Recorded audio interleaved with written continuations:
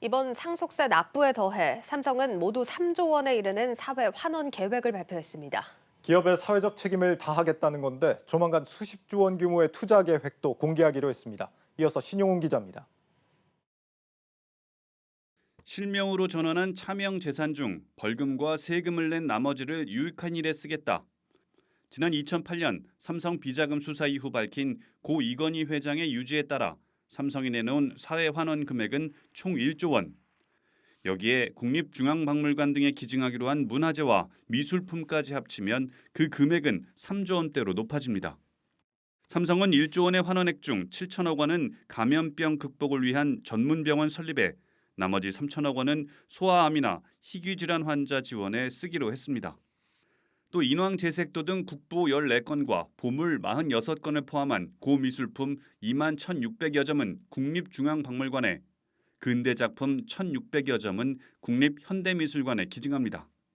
거액의 사회환원 계획 발표에 이어 삼성은 수십조 원에 이르는 대규모 투자 계획도 조만간 공개할 예정입니다. 업계에 따르면 삼성전자는 다음 달 미국에 170억 달러, 우리 돈 20조 원 규모의 반도체 공장 투자 계획을 발표할 예정입니다. 바이든 행정부가 반도체 산업에 드라이브를 걸고 있고 TSMC 등 글로벌 파운드리 기업들이 잇따라 투자 계획을 내놓고 있는 상황에서 삼성도 미국 내 반도체 생산 시설 투자 계획을 공개할 것이란 전망입니다. 경기도 평택시에 짓고 있는 제3공장에 대한 투자 계획도 비슷한 시기에 나올 것으로 예상됩니다. 평택 제3공장은 연면적 70만 제곱미터, 단일 반도체 라인으로는 세계 최대 규모로 무려 50조 원이 투입될 전망입니다.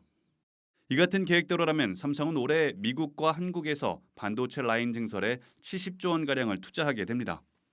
반도체 생산 라인 증설과 함께 세계 차량용 반도체 시장 점유율 2위 기업인 NXP 인수를 추진할 것이란 관측도 나옵니다. 지난 2016년 하만 인수 이후 뚜렷한 M&A 이슈가 없었던 데다 삼성의 차량용 반도체 시장 진출설이 꾸준히 나오고 있기 때문입니다. 다만 이재용 부회장의 부재로 대규모 투자와 인수 계획이 차질을 빚을 수 있다는 우려가 나오고 있는 만큼 이 부회장에 대한 사면 여부에도 관심이 쏠리고 있습니다. 한국경제TV 신용훈입니다.